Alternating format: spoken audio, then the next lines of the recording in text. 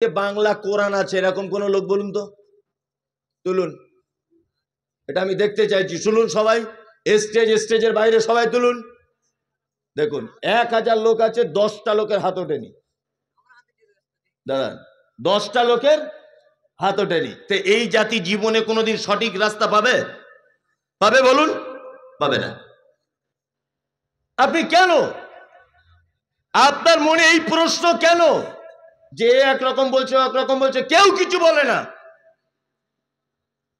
আপনি তো বছরে সারাদিন বিড়ি টানেন 20 টাকার করে, 2 বান্ডিল আপনার বিড়ি লাগে। এই জাতি কোশ্চিন কালো পরিত্রাণ পাবে? যে জাতি তার জলসায় জিলাপির দোকানে 50 কুইন্টাল জিলাপি বিক্রি হয়, অথচ কোরআনের এবং বাংলা বইয়ের দোকানগুলো বসে আছে, একটাও বইওয়ালার বাংলা কোরআন বিক্রি হয় না জলসাতে, অথচ 27 কুইন্টাল জিলাপি বিক্রি হয়ে যায়, 2 লাখ টাকার বাদাম বিক্রি হয়। এই জাতি কিয়ামত পর্যন্ত সঠিক দিন পাবে? পাবে? ও সঠিক জিলাপি খুঁজতে পারবে, সঠিক দিশি বাদাম খুঁজে পাবে, সঠিক ইসলাম পাবে না। এখনো বলছি, কাল সকালবেলাতে কোরআন হাদিস কিনে আনুন বাড়িতে। বছরে একবার জলসা শুনে সঠিক ইসলাম আপনি খুঁজে বার করতে পারবেন না। কি বললাম বুঝলেন? হ্যাঁ, আল্লাহ সুবহানাহু ওয়া তাআলা বলছেন সারা পৃথিবীর সমস্ত সমাধান এর ভিতরে রয়েছে। কার ভিতরে? এর ভিতরে। এবার আল্লাহর ভাষা শুনুন। সত্যি, ওই জন্য আমি মাঝে সাঝে যখন কোরআন মাজিদ পড়ি, মানে স্টাডি যখন করি, শুধু তো বক্তব্য দিই তা নয়, গাড়িতে বসে, বাড়িতে যখন যখন যে পরিস্থিতিতে থাকি স্টাডি করতে হয়। যখন স্টাডি করি তখন আল্লাহর ভাষাগুলো মানে এত মনোমুগ্ধকর ভাষা আল্লাহ সুবহানাহু ওয়া তাআলার, এত বাস্তব, আপনি বিশ্ব অভিভূত হবেন। আল্লাহ তাআলা বলছেন, ইন্না, নিশ্চয়, আরাজনাল আমানাতা আলাস সামাওয়াতি ওয়াল আরদ ওয়াল জিবাল, সর্বপ্রথম আমি এই কোরআন অবতীর্ণ করতে চাইলাম আসমানের উপরে, জমিনের উপরে, পাহাড়ের উপরে। ওয়াসফাকনা মিনহা, তারা 3 জন ভয়ে ভীত হয়ে গেল, তার দায়িত্ব নিতে চাইল না। ওয়া হামালাল ইনসান, অতঃপর আমি এই কোরআনের দায়িত্বটা তারা যখন অমান্য করলো, আমি তখন মানুষের কাছে দিলাম। ইন্নাহু কানা যালুমান জাহুলা, যাদেরকে কোরআন মাজিদ দেওয়া হয়েছে, আল্লাহ এদের চরিত্র সম্পর্কে বলছেন, এদের 2টো চরিত্র। 1, এরা হচ্ছে জাহেল। 2, এরা হচ্ছে জালেম। জাহেলকে, জাহেল সেই যে এটাকে অধ্যয়ন করার চেষ্টা করে না, এ হচ্ছে জাহেল, যে এটা পড়তে জানে না। আর জালেমকে, জালেম হচ্ছে সেই লোক যে এইটাকে অধ্যয়ন করার পরে মান্যতা দিতে পারে না, এ কি? জালেম। তাহলে 1500 বছর আগের কথা 2024 সালে মিলে যায় কি? একবার টেস্ট করা যাক। কোরআন মাজিদ আরবিতে পড়তে পারেন এরকম কারা আছেন? অনেক মানুষ। হ্যাঁ, অনেক মানুষ, ঠান্ডা হাত তুলতে পারছে না অনেকজন। তবে আমি তো বলবো 50% হবে না। এখানে 1000 মানুষ থাকলে 300 জন পড়তে জানে, 700 জন জানে না। কথা ঠিক বলছি না? আরো কম জানে। 1500 বছর আগে আল্লাহ বলেছেন তারা এটাকে না পড়বে আর না এটাকে তারা মানবে। এসব আয়াতগুলো পড়লে বাস্তবতার সঙ্গে মিলিয়ে দিলে খুব কষ্ট হয়। আল্লাহ তুমি আমাদের সকলকেই বিশেষ করে কোরআন মাজিদ তেলাওয়াত করার বেশি বেশি করে তৌফিক দান করো, আমিন আমিন।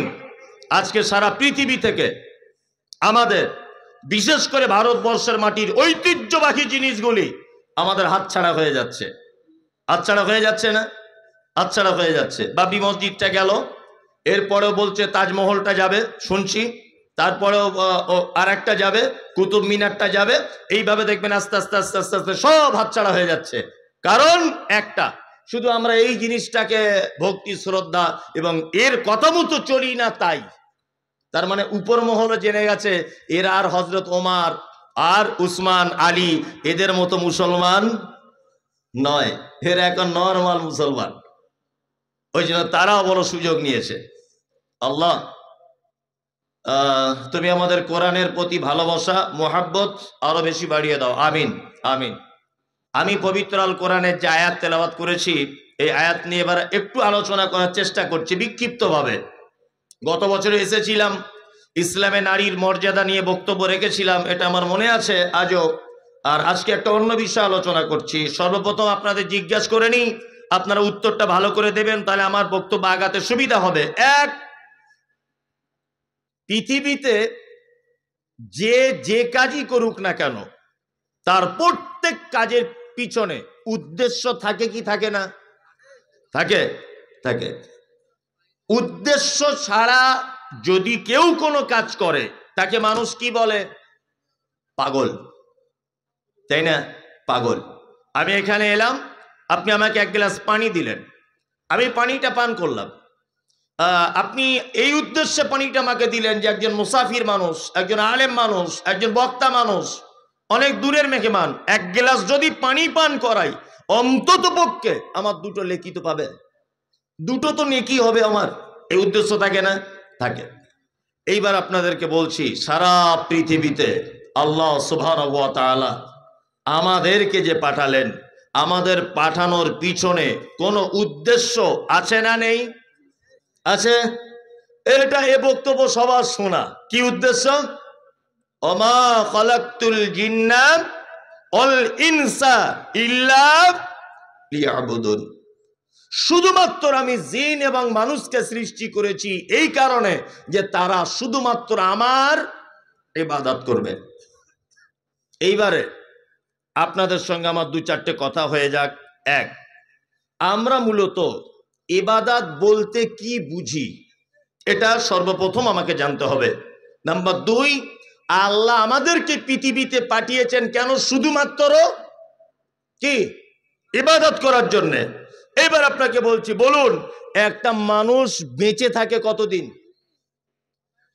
একটা আইডিয়া করে বলুন। 100 বছর? ও, 60-70 বছর। আচ্ছা, গড়ে ধরে নেন 60 বছর। 60 বছর একটা মানুষ বেঁচে থাকে, তাই তো? না, 60 বছর যদিও পৃথিবীতে থাকে, 30 বছর ঘুমায়। ভালো করে বোঝার চেষ্টা করুন। 38 বছর কি করে? হ্যাঁ, ও বেঁচে থাকে, তাই না? এই 30 বছরের ভিতরে ওই আপনার 10 বছর পর্যন্ত হাফ প্যান্ট পরে ন্যাংটো খেয়ে আম বাগানে কেন ওখানে খেলাধুলো করেছে, ওর বুদ্ধি টুদ্ধি হয়নি। তাহলে 30 বছর থেকে 10 বছর মাইনাস থাকলো কত? 20। আবার এই দিকে যখন বুড়ো হয়ে যাবে, লাঠি নিয়ে ঘুরবে, 5 বছর মাইনাস করুন, ও স্মৃতিশক্তি কমে যাবে, চোখে কম দেখবে, কানে কম শুনবে, হঠাৎ পিছন দিক দিয়ে হাওয়া বার হয়ে যাবে, অজু ভেঙে যাবে, এসব নানান কিছু ব্যাপার, তাই না? আরো 5 বছর মাইনাস, তাহলে থাকলো কত বছর? 15 বছর। এবার আপনাকে বলছি, এই 15 বছরের ভিতরে ওর বিয়ে করা, এই 15 বছরে ওর কলেজ পাস করা, এই 15 বছরে ওর মাস্টার ডিগ্রি করা, এই 15 বছরে ওকে হেডমাস্টার হওয়া, এই 15 বছরে ওর পায়খানা পেচ্ছাপ, এই 15 বছরে ওর দীঘায় বেড়াতে যাওয়া, এই 15 বছরে দার্জিলিংয়ে যাওয়া, এই 15 বছরে ওর ব্যাংক ব্যালেন্স বাড়ানো, সব কিছু এই 15 বছরের ভিতরে, তাই তো? তাহলে একটা মানুষ নিট, একেবারে নিট ফল কত? 15 বছর। তার ভিতরে আপনি ধরে নেন 7.5 বছর ও চলে গেল চাকরি বাকরি এটা ওটাতে, থাকলো কত বছর? 7.5 বছর। কিন্তু আল্লাহর ভাষা শুনুন, এইভাবে আপনাকে কেউ বুঝিয়ে বলবে না। আল্লাহর ভাষা হচ্ছে ওমা খালাকতুল জিন্না ওয়াল ইনসা ইল্লা লিয়াবুদুন। তার মানে আল্লাহ বলছে জিন আর মানুষকে সৃষ্টি করেছে শুধুমাত্র কি করার জন্য? ইবাদত। তাহলে সারা জীবনে আপনি 60 বছর পেলেন, তাহলে ইবাদত করার টাইম পেলেন 7.5 বছর। তাহলে বাকি বছরগুলো তো তাহলে মারাত্মক বিপদ হয়ে যাবে। বিপদ হয়ে যাবে কি যাবে না? বিপদ। আসলে ব্যাপার ওটা নয়, ভয়ের কিছু নেই। আমরা ইবাদত এটা কাকে বলে এটা আমরা বুঝি না। এক গ্লাস পানি যখন আপনি পান করবেন, ভালো করে বুঝবেন, আপনি প্রথমে ডান হাতে ধরবেন, পানিটা দেখবেন, বিসমিল্লাহ বলে পান করবেন, 3 নিঃশ্বাসে পান করবেন, বসে পান করবেন, আর ডান হাতে পান করবেন। পান করা হয়ে গেলে আলহামদুলিল্লাহ বলবেন। বলুন তো, এই পদ্ধতিতে 6টা পদ্ধতির অবলম্বনে যদি আপনি 1 গ্লাস পানি যদি পান করেন, এই পদ্ধতি শেখানোর মূলে কে? মুহাম্মদ সাল্লাল্লাহু আলাইহি ওয়াসাল্লাম। তার মানে বোঝা যাচ্ছে যে আপনি যদি 1 গ্লাস পানিটাও মুহাম্মদ সাল্লাল্লাহু আলাইহি ওয়াসাল্লামের পদ্ধতিতে যদি পান করেন, তাহলে সেটা ইবাদত। 2, আপনাকে বলেছি 30 বছর আপনি ঘুমিয়েছেন, এই 30 বছর ঘুম হবে না, ইবাদত হয়ে যাবে। শুধু আপনি সিস্টেম চেঞ্জ করে দেন, এশার নামাজ পড়ে ঘুমিয়ে যাবেন। যখন ঘুমাবেন ডান করোটে ঘুমাবেন, ঘুমের ঘরে যে করোট হন ওটা আলাদা ব্যাপার। যখন আপনি শুতে যাবেন তখন এই দোয়াটা পড়বেন, আল্লাহুম্মা বিইসমিকা আমুতু ওয়া আহইয়া, এই দোয়াটা আপনি বলবেন। আর যদি আপনি মনে করেন যে আমার মালটা রাতের বেলা সিকিউরিটি দিয়ে রাখবো, আমার মাল, আমার সম্পদ, আমার গরু, আমার ছাগল, এগুলো আমি আল্লাহর জিম্মেদারিতে দিয়ে দিব, তাহলে আপনি এইটা পড়বেন, আল্লাহু লা ইলাহা ইল্লা হুয়াল হাইয়ুল কাইয়্যুম লা তাখুযুহু সিনাতুন ওয়ালা নাওম। যে আয়াতুল কুরসি যেটা আছে এটা আপনি পাঠ করলেন। তারপরে যদি মনে মনে ভাবেন রাতে আমার ভয় ভয় লাগে, মুআব্বিজাতাইন, কুল হুয়াল্লাহু আহাদ, কুল আউযু বিরাব্বিন নাস, কুল আউযু বিরাব্বিল ফালাক, কুল ইয়া আইয়ুহাল কাফিরুন, আপনি এইগুলো পড়ে হাতে ফুঁক দিয়ে সারা শরীরে বুলিয়ে নেন। তারপরে যদি ঘুমের ঘরে মনে করেন কোনো খারাপ স্বপ্ন দেখছেন, তাড়াতাড়ি করে উঠে বাম দিকে থু থু থু 3 বার করে দেন, আবার ঘুমিয়ে যান। ঘুম থেকে ওঠার সময়তে সর্বপ্রথম উঠে আপনি আপনার কোনো জিনিসে ছোঁয়ার আগে, কোনো জিনিস করার আগে, কোনো কিছু খাওয়ার আগে আপনার হাতটা কবজি পর্যন্ত ধৌত করে নেন। কারণ আপনার রাতের বেলা হাত কোন জায়গায় ঢুকে বসেছিল এটা তো আপনি জানেন না। হয়তো ভিতরে হাত দিয়ে চুলকে দিয়েছেন, হয়তো হতে পারে, আপনি তো জানেন না। ওই জন্য মুহাম্মদ সাল্লাল্লাহু আলাইহি ওয়াসাল্লাম বলেছেন আগে তুমি উঠে তোমার হাতটা কবজি পর্যন্ত ধোও, তারপরে ফজরের সালাত আদায় করো। আর হাত ধোয়ার আগে তুমি যখন উঠে এরকম যখন করছো, সাথে সাথে দোয়া পড়ে নাও, কি আলহামদুলিল্লাহিল্লাযী ইয়াহইয়ানা বা'দা মা আমাতানা ওয়া ইলাইহিন নুশুর। এই দোয়াটা বলেলাম যতক্ষণ পর্যন্ত আপনি ঘুমালেন। এই পদ্ধতিটা যদি আপনি মেনে ঘুমাতে পারেন তাহলে আপনার ঘুমটাও ইবাদত। বুঝাতে পেরেছি তাহলে ইবাদত কি? এই দেখুন আপনাকে আর একটা কথা বলি, গাঁটের নিচে কাপড় পরা সুন্নত না উপরে পড়া সুন্নত? উপরে পড়া সুন্নত। আপনি কালকে যখন দর্জির কাছে প্যান্ট কাটতে যাবেন তখন আপনি দর্জিকে বলবেন যে দর্জি ভাই গাঁটের অন্তত 2-3 আঙ্গুল উপরে আমার প্যান্টটা রাখবে। দর্জি যদি বলে কেন, আপনি বলুন এই রকম ভাবে প্যান্ট পরার কথা বলেছেন মুহাম্মদুর রাসূলুল্লাহ সাল্লাল্লাহু আলাইহি ওয়াসাল্লাম। তার মানে আপনি যদি নবীজি বলেছেন বলে প্যান্টটা ওইভাবেই যদি পড়েন অবশ্যই ওটা ইবাদত। কি বললাম বুঝলেন? সর্বক্ষেত্রে গোলামি অর্থাৎ মান্যতা। গোলামি মানে কি? মান্যতা।